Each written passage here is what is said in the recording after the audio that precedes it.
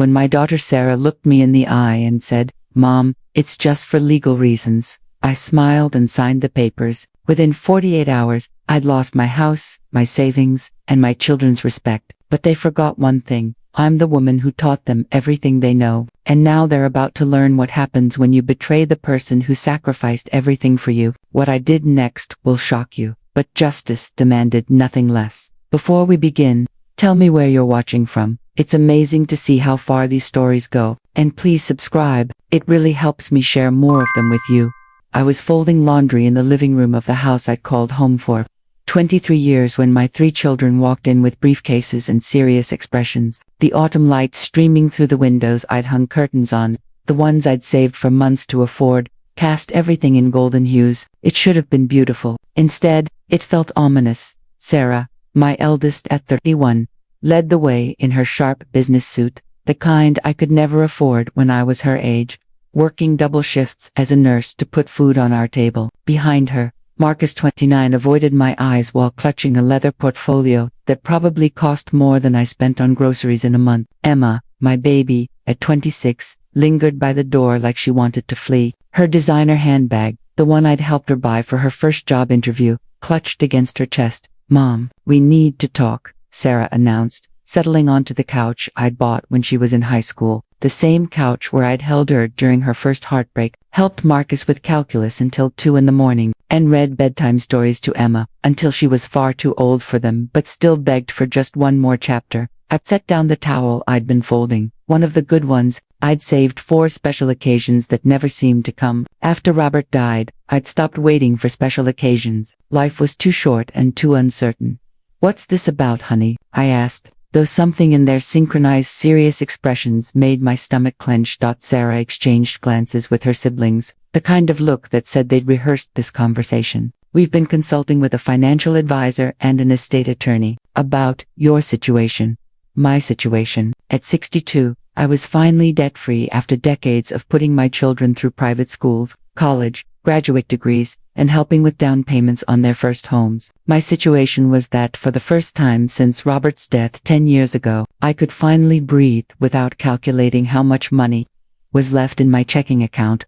"We're concerned about your financial future," Marcus chimed in, his voice carrying that patronizing tone he'd perfected in business school, the one that made me want to remind him I was changing his diapers when he was learning to use big words. "At your age, without proper planning, you could end up being a burden on us later." The words hit like a physical blow. A burden, after 31 years of motherhood, after working extra shifts when they needed new shoes, after taking out loans so they could attend better schools, after giving them every advantage I'd never had. I was potentially their burden. "We don't want that for you, Mom," Emma said quickly, noticing my expression. "We want to make sure you're protected." Protected? From what?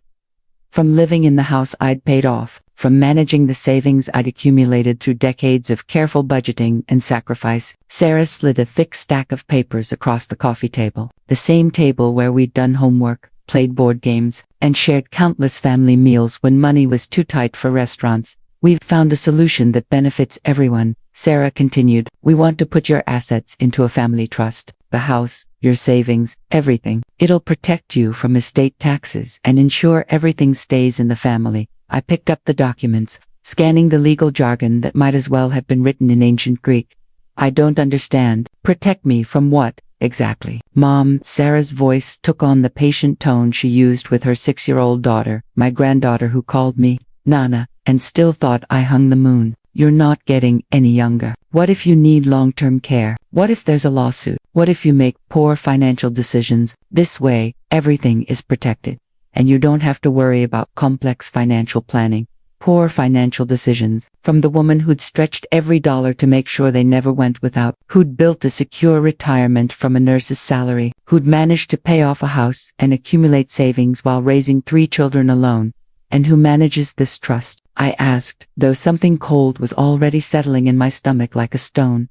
"We do," Marcus answered quickly, leaning forward with enthusiasm. "The 3 of us will make sure you have everything you need, but the assets will be managed professionally. Sarah's an accountant. I work in finance. Emma has her business degree. We know how to handle these things." I looked at my children, my successful, educated, apparently ungrateful children, and felt something shift inside me, something that had been building for months as their visits became less frequent, their phone calls shorter, their interest in my life more perfunctory. 23 years in this house. Every mortgage payment made with money I earned working double shifts while they slept safely in their beds. Every sacrifice I'd made so they could have better lives than I'd had. The vacations I'd never taken, the clothes I'd never bought, the dreams I'd deferred so theirs could come true. It's just for legal reasons, Mom, Emma said, desperation creeping into her voice as she watched my expression. You'll still live here, still have access to everything. It's just paperwork. Just, protection. Just paperwork. The house where I'd raised them from babies to adults, where their father had died of cancer in the bedroom upstairs, where every corner held memories of our family's life together. Just paperwork. But I looked at their faces, Sarah's calculated confidence, Marcus's barely concealed impatience, Emma's guilty fidgeting, and remembered something Robert used to say, when someone shows you who they are. Helen believed them the first time. My children were showing me exactly who they were, and for the first time in their lives, I was ready to believe them. Where do I sign? I asked quietly. The relief on their faces should have warned me, should have told me everything I needed to know about what I was really agreeing to. But I was still thinking like a mother who trusted her children to have her best interests at heart. I signed my name on 12 different pages, initialing next to highlighted sections I didn't fully understand, transferring a lifetime of careful financial planning into the hands of people who saw me as a future burden to be managed. This is wonderful, Mom, Sarah said, gathering the papers with obvious satisfaction. You're going to feel so much better knowing everything is taken care of. After they left, I sat in my living room, my former living room, and tried to understand what had just happened. Outside, my neighbor Mrs. Peterson was watering her garden, the same garden she'd tended for 40 years in the house she still owned, managed by no one but herself. I looked around at the family photos covering every surface, pictures of birthday parties I'd planned and paid for, graduations I'd attended with pride, weddings where I'd walked my children down aisles toward futures I'd helped make possible. In every single photograph, I was smiling, the proud mother, the supportive foundation, the woman who'd given everything so her children could have more. I picked up one particular photo, Sarah's college graduation. I remembered that day clearly, the way she'd hugged me afterward, tears in her eyes, promising she'd never forget everything I'd sacrificed to get her there. Apparently, forgetting was easier than I'd thought. 3 weeks later, I was sitting at my kitchen table paying bills when Sarah walked in without knocking. The sound of the door opening without the courtesy of a bell or a call made me look up in surprise. In all the years since she'd moved out, she'd never just walked into my house uninvited. Mom, we need to discuss some changes, she announced, settling into the chair across from me with the casual authority of someone who owned the place, which I was beginning to realize she did. What kind of changes? I asked, setting down my pen and the electric bill I'd been reviewing, $127 for last month, reasonable for a house this size. Well, first, we've decided to rent out the basement to help cover the property taxes and maintenance costs. Marcus knows someone who needs a place, and the rental income will be good for the trust's cash flow. I blinked. You want to rent out part of my house? It's not your house anymore, Mom. Remember, it belongs to the trust now. We're the trustees, which means we make the financial decisions. Sarah's smile was patronizing, the same one she'd given me when explaining why I couldn't afford the good nursing home for my mother 5 years ago. My chest tightened, but I kept my voice steady. I wasn't consulted about this decision. You don't need to be consulted. That's the whole point of the trust structure. You get to live here worry-free, while we handle all the complicated financial stuff. No more stress about property taxes, maintenance, insurance. We take care of everything worry-free. While strangers moved into my basement, and my daughter made decisions about my home without asking my opinion, the basement where I'd set up a craft room,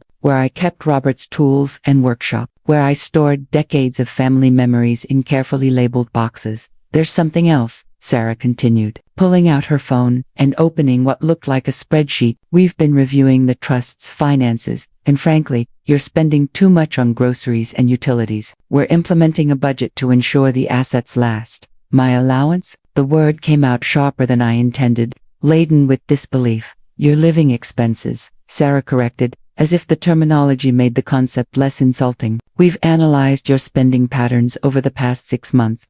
and there's definitely room for optimization. She slid a piece of paper across the table, a budget for my own life, created by my children who had never missed a meal, never worried about keeping the lights on, never had to choose between buying medicine and buying groceries because I had made sure they never faced those choices. They handed me a budget. Neat, clinical, humiliating. My own children were now deciding how much I was allowed to eat, spend, and live.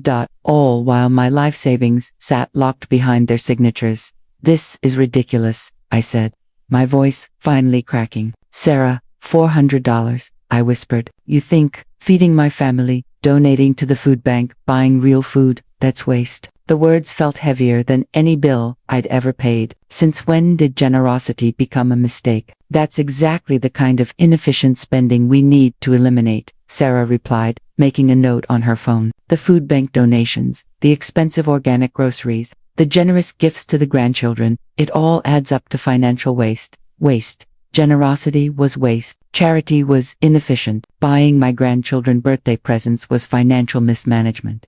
And another thing, she continued, we're going to need you to start buying generic medications when possible. The name brands are unnecessarily expensive. I stared at her, this woman I'd carried for 9 months, nursed through countless illnesses, cheered on at every milestone, supported through every challenge. Are you managing me like a business expense? Sarah's face flushed with irritation. We're managing the trust's resources responsibly. Do you have any idea how much money you've wasted over the years? How much you could have saved if you'd been smarter with your finances? Wasted the private school tuition that gave her the education to become a successful accountant, the college expenses that launched Marcus's career in finance, the wedding I'd paid for when Emma married her college sweetheart, spending my entire savings account so she could have the fairy tale day she'd dreamed of since childhood. All of it, apparently, was waste. I want to see the trust documents again, I said quietly, struggling to keep my voice level. Why? You already signed them. The lawyers explained everything. Because I want to understand what I actually agreed to. I want to read the fine print. I was too trusting to examine the first time. Sarah sighed dramatically, the way she used to when I asked her to clean her room. Fine. But Mom, you need to accept this as reality. You've done enough. Now let the grown-ups take over. We're doing this because we love you. Love. The word felt hollow coming from someone who was rationing my grocery budget after she left. I sat in my kitchen, my former kitchen, and tried to remember the woman I used to be, the one who had worked 16-hour shifts to buy Sarah her first car, the one who had taken out loans to fund Marcus's MBA program at a prestigious university, the one who had given Emma the down payment for her first house, money that came from refinancing the home I'd already paid off once. That woman had been strong, independent, self-sufficient. She'd raised 3 successful children while building a secure financial future for herself. She'd navigated widowhood with grace, carved out a meaningful life from the ashes of grief. This woman, apparently, needed her children's permission to buy groceries and was too financially incompetent to manage her own medication purchases. But as I looked around the house, I'd been demoted to a guest in. Something my late husband used to say echoed in my mind. Never let anyone mistake kindness for weakness, Helen. When they do, it's time to remind them who they're dealing with. I picked up my phone and dialed a number I hadn't called in years, but one I'd never forgotten. Peterson and Associates law firm. The receptionist answered in a crisp, professional tone. This is Helen Morrison, I said, my voice steadier than it had been in weeks. I need to speak with David Peterson. Tell him Robert Morrison's widow is calling, and it's urgent. There was a pause. Then, please hold, Mrs. Morrison, I'll get him right away. David Peterson had been my husband's best friend since their college days at Washington State University, where they'd been roommates, study partners, and eventually each other's best man. When he arrived at my front door the next evening, his silver hair and kind eyes were exactly as I remembered, but his expression was grim. Helen, he said, embracing me warmly before stepping back to study my face. You sounded upset on the phone. What's happened? I led him into my living room, noting how he paused to look at the family photos, his eyes lingering on one of him, Robert, and me, at Emma's wedding. I've reviewed the documents you faxed me, he said, settling into the chair Robert used to occupy. I have to ask, do you understand what you signed? I thought I was protecting my assets for my children's future. I replied, handing him a cup of coffee in the good china I'd saved for special occasions, creating some kind of safety net. David set down his cup carefully, his lawyer's face revealing nothing. Helen, what you signed was essentially a comprehensive power of attorney that gives your children complete control over everything you own, your house, your savings, your investments, your retirement accounts. It all belongs to the trust, and they are the sole trustees with full discretionary authority. The coffee suddenly tasted bitter. Can it be reversed? David was quiet for a long moment, reading through the documents again. That's complicated. Legally, you signed away your rights voluntarily. The documents are properly executed, witnessed, and notarized. But double quotes. He paused, his experienced eyes scanning the fine print. There may be grounds to challenge this if we can prove coercion, undue influence, or misrepresentation. They told me it was just for legal protection, estate planning. Helen, this trust structure isn't about protection, it's about control, complete, total control. His voice carried the weight of 30 years of legal experience. And there's something else that concerns me. After your call, I did some preliminary research into your children's financial situations. My stomach dropped. What kind of research? David pulled out a manila folder. Public records, court filings, business registrations. It's all available if you know where to look. He opened the folder, revealing printed documents. Sarah's accounting firm, Morrison Financial Services, is under investigation by the State Board for questionable client fund management. There are allegations of commingling client money with operating expenses. The room felt like it was tilting. What does that mean? It means she may have been using client money to cover business expenses, which is a serious ethical violation. It could result in the loss of her CPA license and potentially criminal charges.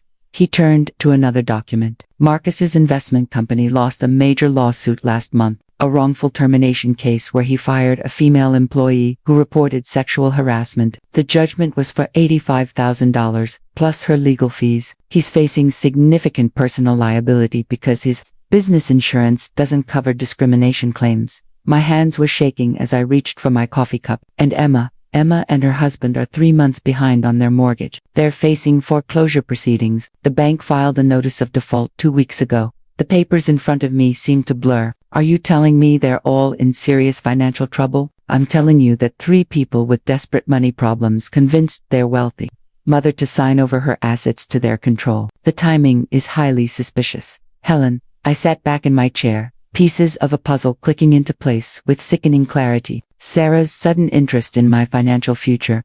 Marcus's comments about being at BAFTA. Emma's guilty expression when I signed the papers. They planned this, I whispered. My own children. Asterisk staring at the photos on my wall, diplomas, weddings, milestones I had paid for with my own sacrifices. My chest ached, but my voice grew steadier. David, I need you to help me remind my children who raised them to be so smart. They think they've trapped me in a perfect plan, but they made one mistake. I drew a breath, the first strong one in weeks. They forgot that I didn't teach them everything I know. David leaned forward. Helen, what are you thinking? I'm thinking it's time my children learned that the woman who sacrificed everything to make them successful is also the woman who knows how to fight when cornered. I stood up and walked to my desk in the corner, pulling out a manila folder I'd been compiling since Sarah's budget meeting. Bank statements, receipts, legal documents, and something else, detailed notes. I'd been keeping on my children's financial situations since they'd started having concerned conversations about my future. David, what would happen if 3 financially desperate individuals were caught manipulating an elderly family member into signing over her assets under false pretenses? If proven, it could be classified as elder financial abuse, which is a felony in this state.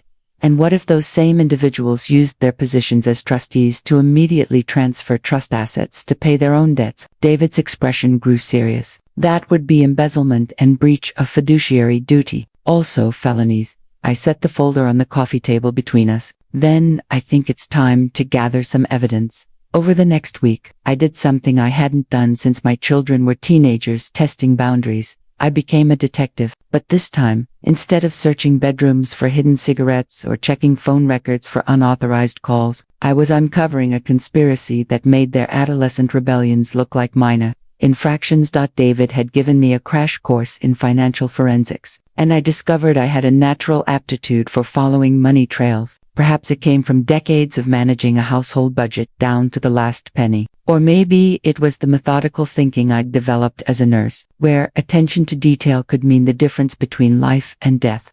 My first stop was the county records office, where a helpful clerk named Margaret, whose mother had been my patient years ago, walked me through the process of accessing public documents. "What exactly are you looking for, Mrs. Morrison?" she asked, leading me to a computer terminal. "Property transfers, liens, court filings involving my children," I said. Pulling out the list of names David had helped me prepare.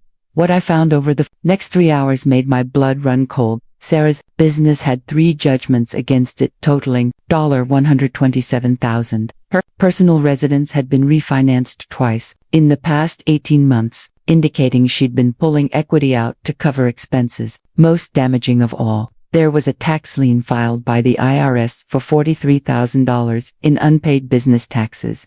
Marcus's situation was even worse. In addition to the discrimination lawsuit, his investment firm had been sanctioned by the Securities and Exchange Commission for unauthorized trading in client accounts. He'd been ordered to pay $200,000 in restitution to affected clients. His house was also in foreclosure proceedings, with a sale date scheduled for next month. Emma's financial troubles extended beyond the mortgage default. She and her husband had filed for Chapter 13 bankruptcy 6 months ago, reorganizing debts that included $67,000 in credit cards, $23,000 in unpaid student loans, and $15,000 owed to various medical providers. Combined, my 3 children were facing over $500,000 in debts, legal judgments, and financial obligations. I printed everything, organized it chronologically, and called David. "How much did you know about their financial situations before they approached you about the trust?" he asked after reviewing my findings. "Nothing. They never mentioned any problems. Sarah talked about expanding her business. Marcus showed me photos from a vacation in Europe last spring. Emma was planning to renovate their kitchen. Classic signs of people living beyond their means while desperately trying to maintain appearances," David noted. "Helen, this changes everything. We now have clear motive for why they wanted control of your assets." But the most shocking discovery came when I accessed the trust's bank statements online, something I could do because I was still listed as the account's original owner. Even though I no longer had withdrawal privileges, the trust account had been opened with my initial assets, $847,000 from my savings and retirement accounts, plus the $390,000 assessed value of my house. In less than a month, they drained $160,000 from my accounts, not to protect me, but to erase their own hidden debts. My children had turned my trust into their lifeline, and as if stealing weren't enough, they even paid themselves monthly management salaries for handling the very money they'd stolen. I sat in my kitchen, my former kitchen, staring at the evidence spread across the table: bank statements, property records, court documents, a paper trail that told the story of a calculated, systematic financial theft disguised as family concern. My phone rang. Sarah's name appeared on the screen. "Hi, Mom," she said, her voice artificially cheerful. "I wanted to let you know we found a tenant for the basement. He can move in next weekend." "What kind of tenant?" I asked, though I was looking at a bank transfer showing they'd already collected first month's rent and a security deposit. "A nice young man, a graduate student, very quiet, very responsible. You'll barely notice he's there. How much rent is he paying? That's not really your concern anymore, Mom. The trustees handle all financial matters related to the property." I looked at the bank statement showing a $1,200 deposit. They were charging a stranger to live in my basement while giving me a $750 monthly allowance to live in the rest of my own house. "Sarah," I said quietly, "I know what you've done." There was a pause. "What do you mean?" "I know about the tax debt, the sex sanctions, the bankruptcy filing. I know about the money you've taken from the trust, and I know about the salaries you're paying yourselves." The silence stretched so long I thought she'd hung up. "Mom, I don't know what you think you've discovered, but I think I've discovered that my children are thieves," I interrupted. "Sophisticated, educated thieves who used my love for them as a weapon against me." "We are not thieves." Sarah's voice turned sharp. "Everything we've done is legal and documented. We're managing the trust according to its terms. Terms I never understood because you deliberately misrepresented what I was signing." You're getting confused. Mom, maybe we should schedule an appointment with your doctor. Sometimes elderly people develop paranoid thoughts. I hung up. Then I called David. It's time, I said when he answered. I want to know what our options are. All of them. I looked around my kitchen at the life I'd built, the home I'd lost, the future I'd been robbed of by the people I'd trusted most. All of them, I confirmed. David Peterson's law office occupied the top floor of a downtown building that overlooked the Spokane River. Sitting in his conference room the next morning, surrounded by law books and family photos that included pictures of him with Robert, I felt like I was preparing for the most important battle of my life. Before we discuss strategy, David said, spreading documents across the mahogany table, I need you to understand what we're dealing with. Your children haven't just manipulated you, they've committed multiple felonies. He pulled out a legal pad covered with notes: elder financial abuse, embezzlement, breach of fiduciary duty, fraud in the inducement, and potentially tax evasion, if they haven't reported the trust. Management fees as income. What kind of penalties are we talking about? Each charge carries potential prison time. Elder abuse alone can result in up to 10 years in state prison, combined with the other charges. Double quotes. He paused, looking at me seriously. Helen, if we pursue this criminally, your children could be looking at significant jail time. I thought about Sarah, Marcus, and Emma, in prison uniforms, separated from their own children, their careers destroyed, their lives in ruins. Then I thought about the $160,000 they'd stolen from me, the monthly payments they were making to themselves, the budget they'd imposed on my own life. What about civil remedies? I asked. We can petition the court to dissolve the trust, return all assets to your control, and seek damages for the money they've taken. We can also request a forensic accounting of all trust transactions, and they would face no criminal consequences. David leaned back in his chair. That would depend on whether the prosecutor's office decides to press charges independently. Sometimes, civil litigation prompts criminal investigation.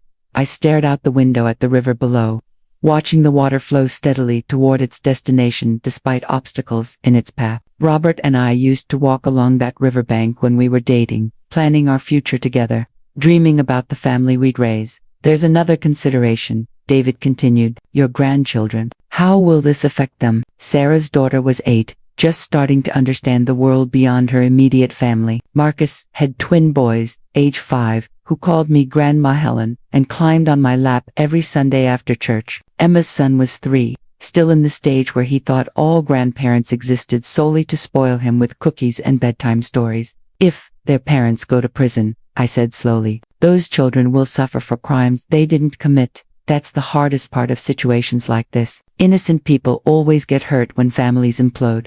I closed my eyes, remembering the Christmas mornings when my house was filled with laughter, the birthday parties where I was the hero for remembering exactly what each grandchild wanted, the ordinary Sunday afternoons when being Nana was the most important job I had. What if we started with a civil approach? I asked.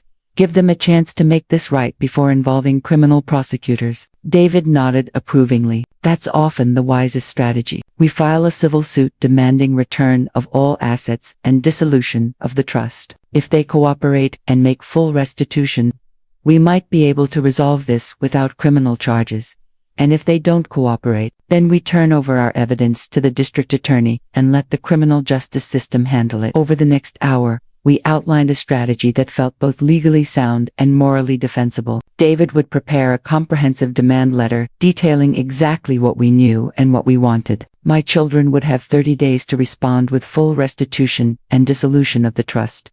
One more thing, David said as we were finishing. Are you prepared for them to fight back? They might claim you're mentally incompetent, that you need the protection the trust provides. I thought about that possibility. Can they do that? They can try. It would require a court-ordered psychological evaluation, testimony from medical professionals. But Helen, you're clearly competent. You've uncovered a complex financial scheme, organized evidence, and made rational decisions about how to proceed. What about character witnesses? David smiled. I think we can arrange for a few people to testify about your mental acuity and independence. As I left his office, I felt something I hadn't experienced in months. Hope, not just for recovering my stolen assets, but for reclaiming my dignity and self-respect. But first, there was something I needed to do. I drove to Sacred Heart Cemetery, where Robert had been buried 10 years ago under an oak tree he'd admired during our visits to my parents' graves. I sat on the small bench I'd placed there on the first anniversary of his death, surrounded by flowers I still brought every Sunday. Robert, I said aloud, feeling somewhat foolish but needing to voice my thoughts, I think I've made a terrible mistake. I trusted our children completely, and they've stolen everything we worked for. The wind rustled through the oak leaves, and I imagined I could hear his voice. What are you going to do about it? I'm going to fight back, I said. I'm going to show them that the woman who raised them to be smart and successful is also the woman who won't be taken advantage of by anyone, including them.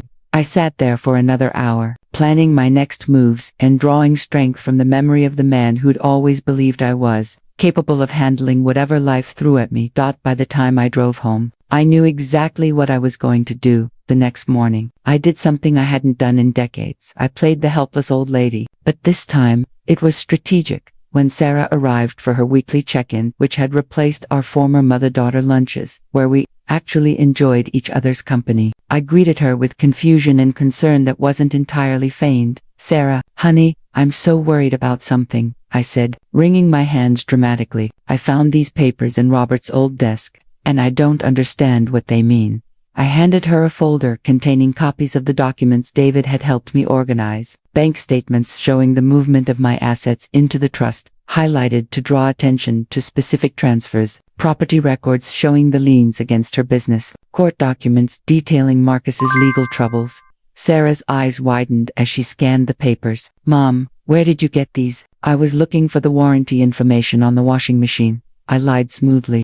A skill I'd perfected during my children's teenage years. I got confused about all the papers you had me sign, so I went to that nice lady at the county office to help me understand.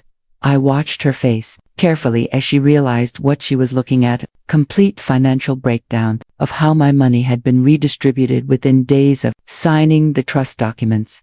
These numbers don't make sense, she said, but her voice lacked conviction. Don't they? Because it looks to me like money went from my accounts directly to pay your tax debt, Marcus's legal settlement, and Emma's mortgage problems. Sarah's face had gone pale. Mom, this is just standard trust management. Is it standard to pay yourselves $10,000 a month in management fees from the person you're supposed to be helping? The silence that followed was deafening. You don't know what you're saying, Mom. You'd lose everything without us. You should be grateful we stepped in before it was too late. Sarah's composure finally shattered. You don't know what you're talking about. We saved you from making financial mistakes that could have cost you everything. What mistakes? Living in my paid-off house, managing my own savings account, buying groceries without asking permission. You're not capable of handling complex financial planning at your age. The mask was completely off now. No more loving concern. No more protective family rhetoric. Just raw desperation and entitlement. I raised you. I built this life from nothing, and if I can do that, I can end this. Her eyes flickered. So yes, I can buy my own groceries, and I can end this. Sarah stood up abruptly, pacing to the window. You can't prove anything. The trust is legal, properly documented, and everything we've done is within our rights as trustees. Actually, I can prove it, I said quietly, pulling out my phone. This conversation has been recorded.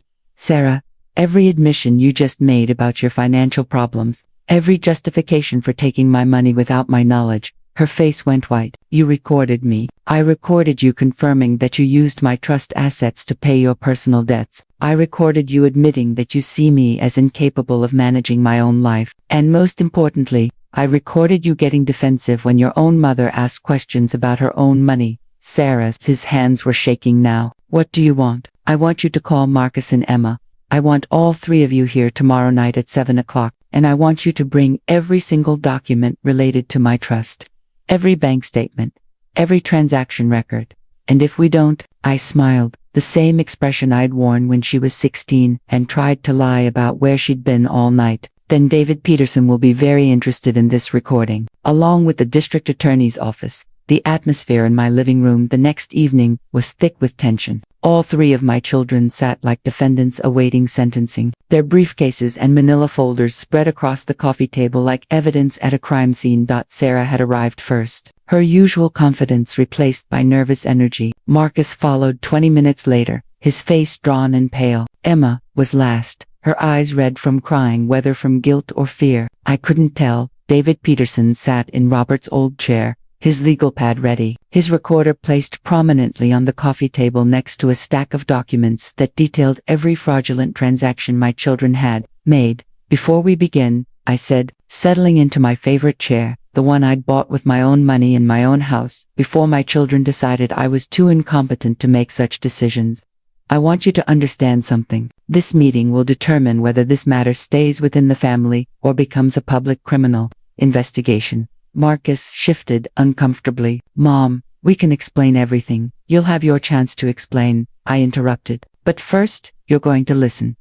I picked up the first document from David's stack. Sarah, you told me the trust was for estate planning and asset protection. You never mentioned that your business owed $43,000 in back taxes to the IRS, or that you were under investigation for mismanaging client funds. Sarah opened her mouth to speak, but I held up my hand. Marcus, you talked about professional financial management and preventing me from being a burden. You didn't mention that your investment firm was sanctioned by the or that you owed $200,000 in restitution to clients whose accounts you'd manipulated. Marcus stared at his hands, unable to meet my eyes. Emma, you spoke about protecting the family assets. You forgot to mention that you and your husband had filed for bankruptcy and were 3 months behind on your mortgage. Emma finally looked up, tears streaming down her face. Mom, we were desperate. We didn't know what else to do. What you should have done was ask your mother for help, I said, my voice softening slightly. What you should have done was trust that the woman who raised you, who sacrificed everything for your success, would find a way to support you through difficult times. We didn't think you'd ever say yes, Sarah muttered, eyes down. So you lied, I said. She looked up, desperate. We panicked, Mom. We thought we were fixing things. Before you could say no, the silence stretched uncomfortably until David cleared his throat. Let's review exactly what happened here, he said, consulting his notes. Within 2 weeks of Mrs. Morrison signing the trust documents, you transferred $160,000 from her assets to pay your individual debts. You also implemented monthly management fees totaling over $120,000 per year, effectively giving yourselves substantial salaries from her money. Those are standard trustee fees, Marcus protested weakly. Standard trustee fees are typically 1 to 2% of assets annually, David replied. You're paying yourselves nearly 10%. That's not management, that's embezzlement. Emma broke down completely. We never meant for it to go this far. We just needed to buy some time, get back on our feet, by putting your mother on a budget in her own home while you paid yourselves 6-figure salaries from her life savings. David's voice was sharp with professional disapproval. I stood up and walked to the mantel where Robert's photo sat next to our wedding picture. Your father and I worked for 40 years to build financial security. We went without vacations, drove used cars, bought generic groceries, all so we could give you opportunities we never had, and still have something left for our retirement. I turned back to face them. I continued that sacrifice after he died. I worked extra shifts, lived modestly, saved carefully, so that I could help you when you needed it and still maintain my independence as I aged. Mom, Sarah started. I'm not finished, I said firmly. You took that 40 years of sacrifice and turned it into an ATM for your personal financial emergencies. You stole my independence, my dignity, and my trust. But worst of all, you did it while pretending you were protecting me. The room fell silent. Emma's sobs filled the air, raw and uneven. Sarah's pen slipped from her fingers, clattering onto the hardwood floor. The sound echoed louder than any of their excuses.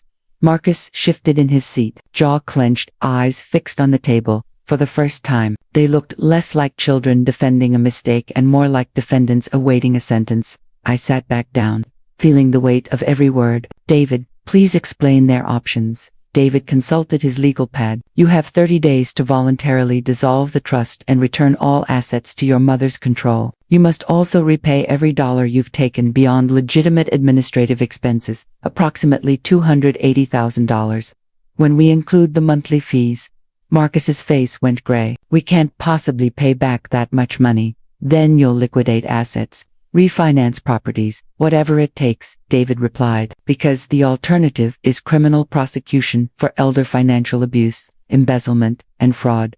If we do what you're asking, Sarah said quietly, we'll lose everything. Our houses, our businesses, our savings. I looked at each of them, these adults I'd raised, who had somehow learned to be successful at everyone else's expense. You should have thought about that before you decided to steal from your mother. Emma sobbed harder. We'll be financially ruined. You are already financially ruined. I pointed out, that's why you needed to steal from me in the first place. The difference is, now you'll be ruined honestly, instead of living off stolen money. The room fell silent except for Emma's crying and the ticking of the grandfather clock Robert had given me for our 20th anniversary. What about our children? Marcus asked finally. What happens to them if we lose our houses? For the first time since this ordeal began, I felt a stab of real pain. My grandchildren, innocent victims of their parents' choices. Your children will still have their grandmother, I said softly, the one who actually has money to help them because she didn't let anyone steal it. Sarah looked up with something that might have been hope. You'd help with the grandchildren. I'd help them the way grandmothers are supposed to help, by choice, out of love, when asked respectfully, not because I'm trapped in a financial prison you created. David leaned forward. I need your decision. Voluntary restitution and trust dissolution, or criminal prosecution. You have until tomorrow at 5 p.m. to decide. After they filed out of my house, like a defeated army, I sat with David in the quiet aftermath. How do you think they'll respond? He asked. They'll comply, I said with more confidence than I felt. They're smart enough to know that prison won't solve their financial problems. And if they don't, I looked around my living room, my home that I'd reclaimed through evidence and determination, then they'll learn that the woman who taught them how to be successful also knows how to ensure they face the consequences of their choices. David gathered his papers, pausing at one document. Helen, there's something else you should know. I had a forensic accountant review the trust transactions. They found evidence of additional transfers you weren't aware of. My stomach clenched. How much more? Another $73,000. Payments to their children's private schools, credit card companies, car dealerships. They've been using your money like a family slush fund for months. The betrayal cut even deeper. While rationing my grocery budget, they'd been paying for luxury items with my money. That brings the total to over $350,000, David continued. I closed my eyes, calculating how much of my lifetime of work they'd stolen. Nearly half of everything Robert and I had built together. David, I said quietly, I want you to file the criminal complaint regardless of whether they comply with our demands. Are you sure? I thought about my grandchildren, about family relationships that might never recover, about the public shame and legal consequences my children would face. Then I thought about the $350,000 they'd stolen while calling it love. I'm sure, I said, some lessons can only be learned the hard way. 3 days later, I was drinking my morning coffee and reading the newspaper when the doorbell rang. Through the peephole, I saw a young man in a cheap suit holding a badge. Mrs. Morrison, I'm Detective Rodriguez with the Spokane Police Department. I'd like to ask you some questions about a financial fraud investigation. My children had chosen to fight rather than comply. I invited Detective Rodriguez into my living room, where David Peterson was already waiting. We'd anticipated this moment, the point where civil litigation became criminal prosecution. We received your complaint yesterday, the detective said, settling into the chair where Emma had cried 3 days earlier. I've reviewed the evidence your attorney provided, and I have to say, this is one of the most clear-cut cases of elder financial abuse I've encountered. He pulled out a recording device. I need to get your statement on the record. But first, I want you to know that we've already frozen all trust accounts and begun tracing the transferred funds. Over the next 2 hours, I recounted the entire story, from the initial trust presentation to the discovery of my children's debts to their refusal to make voluntary restitution. Detective Rodriguez took notes, asked clarifying questions, and occasionally shook his head in disgust. The amount involved puts this in felony territory, he explained. Each defendant is looking at multiple charges carrying potential sentences of 5 to 15 years. What happens next? I asked. Arrest warrants will be issued within 48 hours. Given the white-collar nature of the crimes and the defendant's community ties, they'll likely be released on bail pending trial. But Mrs. Morrison, I need you to understand, once this process begins, there's no going back. Your children will have criminal records regardless of the outcome. I thought about my grandchildren learning that their parents were criminals, about family gatherings that would never happen again, about the woman I used to be, who would have done anything to protect her children, even from the consequences of their own choices. But I also thought about the woman I'd become. Someone who understood that protecting people from consequences wasn't love, it was enabling. Detective Rodriguez, I said clearly, I want you to proceed with the arrests. That afternoon, my phone started ringing and didn't stop. First Sarah, her voice shaking with barely controlled panic. Mom, the police came to my office. They arrested me in front of my clients. Do you have any idea what you've done to my reputation? I imagine it's similar to what you did to mine when you stole $350,000 and put me on a grocery budget. I replied calmly. This is insane. We're your children. Yes, you are. And I raised you to know right from wrong. Apparently, I need to remind you of that lesson. Marcus called next, his voice hollow with shock. Mom, I lost my job. When my employer found out about the arrest, they terminated me immediately. I have a family to support. You should have thought about that before you decided supporting your family meant stealing from mine. I said, please, I'm begging you, drop the charges. We'll pay everything back. I swear. You had that opportunity 3 days ago. You chose to fight instead. Emma's call was the hardest. She was sobbing so hard I could barely understand her words. Mom, please, I can't go to prison. What about my son? What about everything you taught us about family? Emma, what I taught you about family was that people who love each other don't steal from each other. What I taught you about honesty was that actions have consequences, but we're your babies, she whispered, using the same words she'd said when she was 5 years old and had broken my favorite vase. You stopped being my babies when you decided I was too stupid to manage my own life. I replied, now you're adults who need to face the consequences of adult decisions. By evening, I was emotionally exhausted but strangely at peace. I'd spent decades protecting my children from the natural results of their choices, bailing them out of financial mistakes, making excuses for their failures, sacrificing my own needs to ensure their comfort. I'd raised 3 people who believed that being loved meant never facing consequences. It was time to teach them a different lesson about love. That night, I called David to check on the legal proceedings. All 3 have been released on bail, he reported. Their attorneys will likely try to negotiate plea deals to avoid prison time. What kind of plea deals? Full restitution, probation, community service. Given their lack of criminal history and the family relationship, the prosecutor might be open to alternatives to incarceration. And my money. The frozen accounts will be released back to you once the court approves the dissolution of the trust. Should be within 2 weeks. After we hung up, I walked through my house again, and thought about the future I'd reclaimed. At 62, I had maybe 20 good years left. I wasn't going to spend them being managed by people who saw me as a burden. I was going to spend them being the independent, dignified woman Robert had fallen in love with 40 years ago. 2 weeks later, the local newspaper ran a front-page story that made my morning coffee taste bitter. Local accountant, financial advisor charged in elder abuse scheme. There was Sarah's professional headshot next to Marcus's business photo and a grainy courtroom image of Emma. The article detailed the charges, the amount stolen, and the fact that the victim was their own mother. My phone rang before I'd finished reading. Mrs. Morrison, this is Janet Collins from Channel 4 News. We'd like to interview you about the case against your children. I hung up without responding. The calls kept coming. Reporters, neighbors, former colleagues who'd heard the news. I stopped answering and let the machine take messages that ranged from supportive to judgmental to downright cruel. But the call that surprised me came that evening. Mom, it's Marcus. Please don't hang up. I almost did, but something in his voice made me pause. I'm calling from Mom's house. He continued quickly. Sarah and Emma are here too. We need to talk to you. I have nothing to say to any of you. Please, just 5 minutes. We'll come to you, or you can come here, or we can meet somewhere neutral. Just ... please. Against my better judgment, I agreed to meet them at the coffee shop where Sarah and I used to have our weekly mother-daughter lunches, back when she actually enjoyed my company. When I arrived, all 3 were already seated at a corner table, looking like they hadn't slept in days. Their expensive clothes were wrinkled, their faces drawn with stress and exhaustion.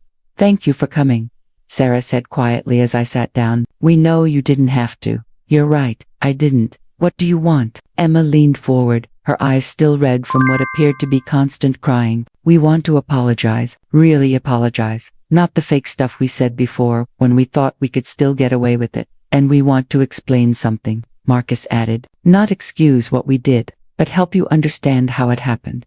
I ordered black coffee and waited. It started about 2 years ago. Sarah began. My business was struggling, but I was too proud to ask for help. I started borrowing from client accounts, telling myself I'd pay it back before anyone noticed. But business got worse instead of better. Marcus continued, and my investment firm was failing because I was making risky trades trying to recover losses from previous bad decisions. Emma wiped her eyes, and we were already in debt when Tom lost his job last year. We kept up appearances by charging everything, thinking we could figure it out later. So when Sarah came up with the trust idea, Marcus said, it seemed like a solution to everyone's problems. We told ourselves we were protecting you from having to worry about our financial troubles. Sarah added, we genuinely believed we could use your money temporarily, get back on our feet, and pay it back without you ever knowing. I sipped my coffee, tasting the bitterness of their belated honesty. And when did you realize that wasn't going to happen? Pretty quickly, Emma admitted, but by then we'd already taken so much money that we couldn't figure out how to pay it back without destroying our lives. So you decided to destroy mine? Instead, the silence stretched uncomfortably. We convinced ourselves that as long as you had a place to live and money for basic expenses, we weren't really hurting you, Sarah said finally. We told ourselves that you'd never miss money you didn't know about. But I did know about it, I said quietly. I knew something was wrong when you started treating me like a child. I knew something was wrong when you put me on a budget in my own home. I knew something was wrong when you stopped seeing me as a person and started seeing me as a problem to manage. Marcus broke down completely. God, Mom, we're so sorry. We became people we never thought we could become. Yes, you did, I agreed. You became thieves and liars who stole from the person who loved them most. Is there any chance, Emma whispered, any chance at all, that you could forgive us, that we could somehow fix this? I looked at these 3 adults, my children, who had somehow learned all the wrong lessons from the comfortable life I'd provided them. They'd learned that they deserved success without effort, comfort without sacrifice, solutions without consequences. Forgiveness isn't forgetting, it's remembering and choosing peace anyway. But peace doesn't mean access. You'll have to earn that, one honest day at a time. What does it mean? Sarah asked.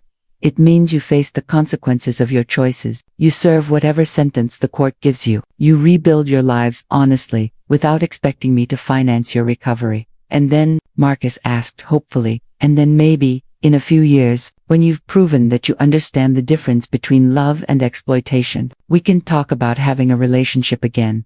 I stood up to leave, then turned back to them.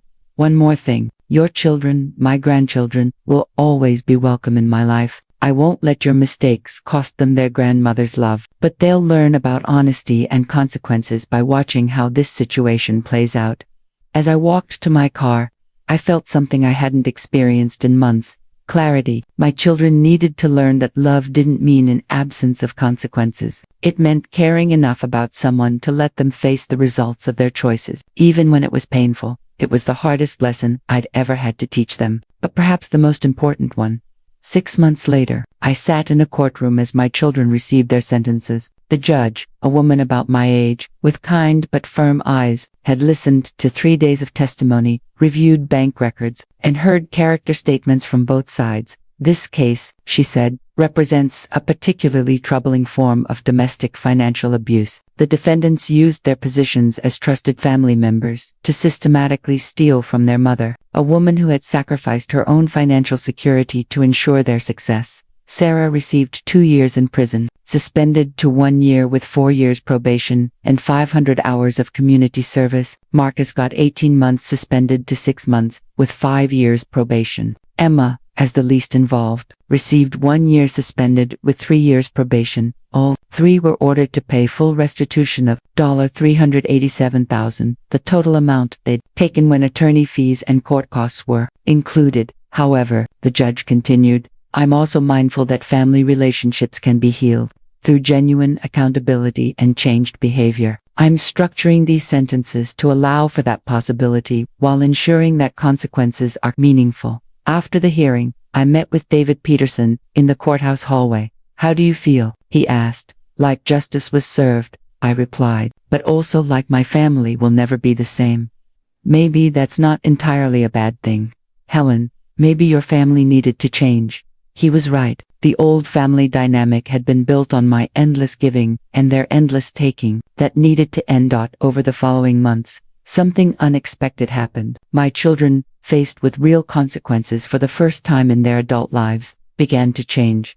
Sarah lost her accounting license, but found work as a bookkeeper for a small non-profit organization. The pay was less than half what she'd made before, but she seemed more at peace. She moved to a smaller apartment and started attending financial counseling sessions. Marcus closed his investment firm and took a job with an established financial services company. He had no clients of his own, no prestige, just steady work with honest pay. His marriage initially suffered, but couples counseling was helping them rebuild on a foundation of honesty instead of artificial affluence. Emma and her husband both found full-time jobs and moved into a rental house they could actually afford. Their bankruptcy was proceeding smoothly, and for the first time in years, they weren't living beyond their means. All three were making payments toward their restitution, small amounts they could afford from their reduced incomes. It would take years to pay back everything they'd stolen, but they were making the effort. Most importantly, they were all learning to live within their means, instead of expecting someone else to subsidize their lifestyles.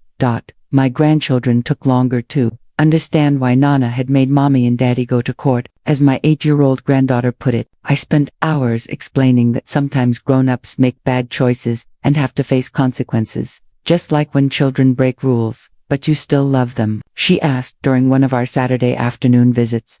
I will always love them, I assured her, but love means wanting people to be honest and good, even when it's hard. The house felt different now that it was truly mine again. I'd had new locks installed and changed all the passwords on my accounts. I'd also done something I hadn't done in decades. I'd started spending money on myself. New furniture for the living room, a kitchen renovation with modern appliances, a vacation to visit my sister in Arizona, my first real trip in 10 years. Most significantly, I'd started volunteering at the senior center, teaching other elderly people how to protect themselves from financial exploitation. Apparently, adult children stealing from their parents was far more common than I'd realized. 1 year after the sentencing, Emma knocked on my door on a Sunday afternoon. She looked thinner, older, but somehow more mature than I'd seen her in years. Ma, I know we don't have Sunday dinners anymore, but I wondered if you'd like to have coffee. Just to talk. I invited her in, noting how she looked around the house, her childhood home, with something that might have been regret. I've been going to counseling, she said, settling into the chair where she used to curl up to do homework, learning about boundaries and healthy relationships, and taking responsibility for my choices. How's that going? It's hard, really hard, because I had to admit that we didn't just steal your money, Mom. We stole your dignity. We treated you like you were incompetent when you were the strongest, smartest person we knew. I poured coffee for both of us, using the good china I'd started using every day instead of saving for special occasions that might never come. I'm glad you're getting help, I said. I want you to know that I'm not here to ask for anything. I'm not here to try to get back into your good graces so you'll help us financially again. I'm here because I miss my mom. For the first time in over a year, I felt a crack in the wall I'd built around my heart where my children were concerned. I miss you too, I admitted. We talked for 2 hours about her therapy, her job, her struggles to rebuild her marriage on a foundation of honesty, about my volunteer work, my travels, my rediscovered independence. As she was leaving, she turned back to me with tears in her eyes. Mom, I know it might take years to earn back your trust. Maybe I never will completely, but I want you to know that losing you was worse than losing the house, worse than the bankruptcy, worse than all of it combined. Emma, I said quietly, trust is something you build day by day, choice by choice. If you want to rebuild our relationship, it starts with small steps and honest conversations like this one. Would you be willing to try? I thought about the woman I'd been a year ago, financially trapped, emotionally manipulated, slowly losing herself in other people's expectations. Then I thought about the woman I'd become, independent, respected, capable of setting boundaries and enforcing consequences. I'm willing to try, I said, but it has to be different this time. I love you, Emma, but I won't go back to being taken advantage of. I understand. And Mom, thank you for not letting us get away with it. Thank you for caring enough about us to make us face what we'd done. After she left, I sat in my kitchen, my beautiful, renovated kitchen that I'd paid for with my own money, and thought about the future my children were learning, slowly and painfully, how to be adults who took responsibility for their choices. My grandchildren were learning that actions have consequences, even for people you love. And I was learning that the strongest form of love sometimes looks like the hardest form of discipline. It had taken me 63 years to learn that lesson, but as I looked around my home, truly mine again, I realized it was never too late to start teaching people how to treat you with respect, even when those people are your own children. What would you have done if your own family betrayed you? Tell me in the comments. Your story might give someone else the courage to speak up. Don't forget to like, share, and subscribe. Every voice here counts.